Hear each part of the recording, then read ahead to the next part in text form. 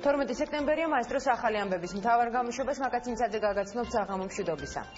გარემოს დაცვის ინფრასტრუქტურის თავდაცვის რეინტეგრაციის საკითხებში სახელმწიფო მინისტრის აპარატი, ასევე ევროპულ და ევროატლანტიკურ სტრუქტურებში ინტეგრაციის საკითხებში სახელმწიფო მინისტრის აპარატი, აჭარის ავტონომიური რესპუბლიკის ჯანდაცვის და განათლების სამინისტროები. ეს ის 7 საჯარო დაწესებულება, რომელიც საჯარო ინფორმაციის გაცემის თვალსაზრისით ყველაზე ანგარიშვალდებულად დასახელდა. ინფორმაციის თავისუფლების განვითარების ინსტიტუტმა დღეს ასევე ყველაზე დახურული უწყებებით დაასახელა. მათ შორის არის შინაგან საქმეთა სამინისტრო და პრეზიდენტის ადმინისტრაცია. ადრესატები დღეს მონაცემებს არ პასუხობენ. ნინო არღულიანის სიუჟეტში კი ნახავთ გამოქვეყნებულ ანგარიშ შეფასებებს და მოსაზრებებს, ვინ და როგორ უნდა დაარეგულიროს საჯარო ინფორმაციაზე დაინტერესებულ პირთა წვდომა.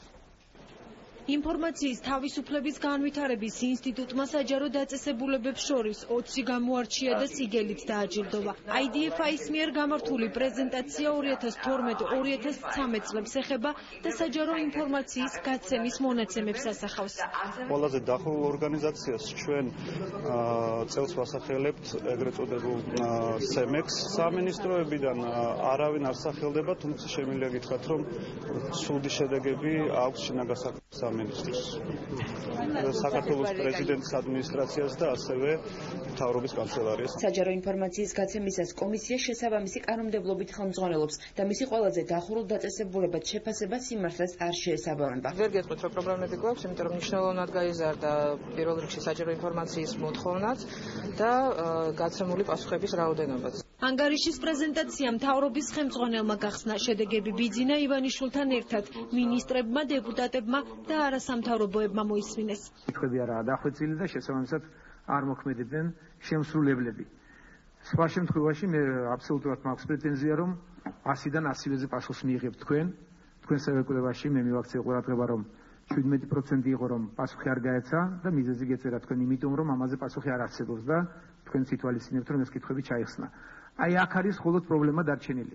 სხვა შემთხვევაში მე გარწმუნებთ, რომ არავითარი პრობლემა არ არსებობს. ჩვენი სტრუქტურა იყო ყველაზე ოროსნების კატეგორიაში, როგორც ყველაზე გაუმჭვირვალე, ეს ჩვენთვის დიდი სტიმულია. ის რაც ხდება თავდაცვის სამინისტროში, ეს არის ზოგადად მთავრობის პოლიტიკის ხორცშესხმა, რომ ჩვენ ვართ ანგარიშვალდებული ხალხის. ორი ჯილდო იქნა მიღებული, მათ შორის მართლა გაოცებული ვარ. თქვა სასილავსულების დეპარტამენტმა რაღაცა რო დამალოს გასაგებია 0 ინფორმაციის გაცემა პრობაციის სააგენტოს მხრიდან სრულიად წარმოუდგენელია, რით იყო განპირობებული.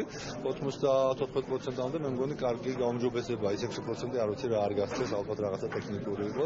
საჯარო ინფორმაციის ხელმისაწვდომობას უკვე კანონმდებლობა დაარეგულირებს. ასეთია კანონმდებლობის განცხადებები.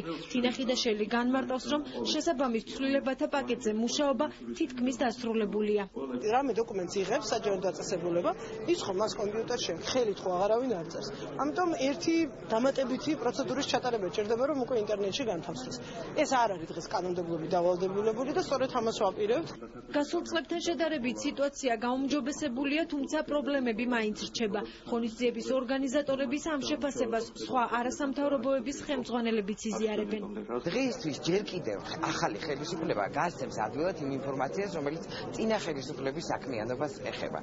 ამიტომაც, როგორც მედია, თქვენ, ასევე ჩვენ არასამთავრობო სექტორი ძალიან სერიოზულად უნდა ვიყოთ მობილიზებული, რომ ისეთივე მონიტორინგი გავწიოთ, რომ ეს ტენდენცია არ გაუარესდეს. ეს გაუმჯობესება ჩვენი მონაცემებით უფრო ნაკლებად შეეხო პრეზიდენტის ადმინისტრაციას და თბილისის მერიას. თბილისის მერიაში შემოსული არის სულ 1563 განაცხადი საჯარო ინფორმაციის მოთხოვნით, აქედან 1479-ზე პასუხი გაცემულია, რაც შეეხება 84 განაცხადს, მათზე პასუხი მომზადების რეჟიმშია და ისინი გაცემული იქნება კანონით დადგენილ ვადებში. უშუალოდ ახალგაზრდა იურისტთა ასოციაციას წლის განმავლობაში, მიმდინარე წლის განმავლობაში შემოტანილი ჰქონდა სულ 20 განაცხადი, 20-ზე პასუხი არის გაცემული. პროექტის განხორციელებისას 2012-2013 წლებში IDFI-მ 224 საჯარო დაწესებულებიდან ინფორმაცია 5625-ჯერ გამოითხოვა.